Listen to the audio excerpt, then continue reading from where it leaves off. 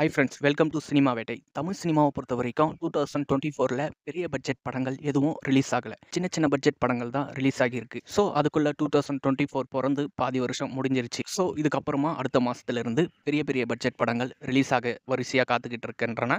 அதில் ஜூலை மாசத்துல ரிலீஸ் ஆக போற கமலஹாசனோட இந்தியன் பார்ட் 2 இந்த படத்தை ஷங்கர் தான் டைரக்ஷன் பண்ணியிருக்காரு. இந்தியன் பார்ட் 1ம் ஷங்கர் தான் டைரக்ஷன் பண்ணியிருந்தாரு. அடுத்து தனுஷோட ராயன் படமும் ஜூலை மாசத்துல தான் ரிலீஸ் ஆக போகுதுன்னு சொல்லியிருக்காங்க. இந்த படத்துல இருந்து ஒரு சில சாங்ஸ்லாம் விட்டு இருந்தாங்க. சாங்ஸும் நல்லாவே இருந்தது. அடுத்து பா ரஞ்சித்தோட டைரக்ஷன்ல நம்ம சியான் விக்ரம் நடித்து கொண்டிருக்கும் தங்கலான் இந்த படம் எப்போ ரிலீஸ் ஆக போகுதுன்றதே தெரியலங்க. இப்போன்னு சொல்லிட்டு இருக்காங்களே தவிர படம் இன்னும் வந்த படம் இல்லை. இந்த படத்துக்கும் விக்ரமோட ரசிகர்கள் ரொம்பவே எதிர்பார்த்து காத்துக்கிட்டு இருக்காங்க. அதே போல தளபதி விஜய் நடித்து கொண்டிருக்கும் கோட் மூவி இந்த படத்தை வெங்கட் பிரபு தான் எடுத்துட்டு இருக்காரு. கோட் மூவி செப்டம்பர் 10ஆம் தேதி ரிலீஸ் ஆக போகுதுன்னு சொல்லியிருக்காங்க.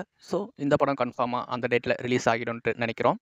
ஸோ தளபதி பற்றி பேசிட்டு தலையை பற்றி பேசலாம் எப்படி? விடாமுயற்சி படத்தோட ஷூட்டிங் விறுவிறுப்பாக நடந்து கொண்டு இருக்கிறது.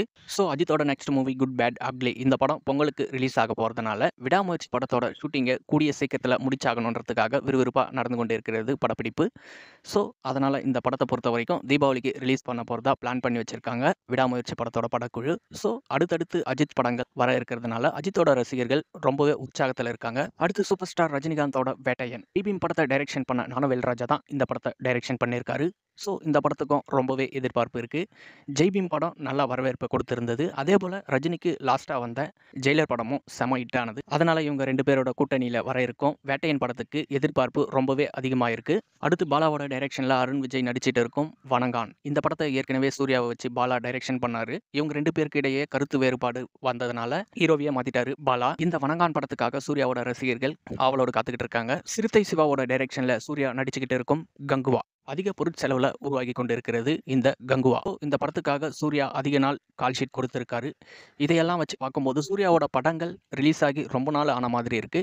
அடுத்து நம்ம சிவகார்த்திகேயன் நடிச்சிட்டு இருக்கோம் அமரன் இந்த படத்தில் சிவகார்த்திகேயன் மிலிட்ரி மேனாக நடிச்சிருக்காரு. ட்ரெய்லரும் ரிலீஸ் பண்ணியிருந்தாங்க. ட்ரெய்லரும் பார்க்க நல்லாவே இருந்தது. ஒரு மிலிட்ரி மேன் பற்றின கதை தான் இது. ஸோ இந்த பெரிய பட்ஜெட் படங்களில் எந்த படத்துக்காக நீங்கள் அவளோடு காத்துக்கிட்டு இருக்கீங்கன்றத கமெண்ட்டில் சொல்லுங்கள்.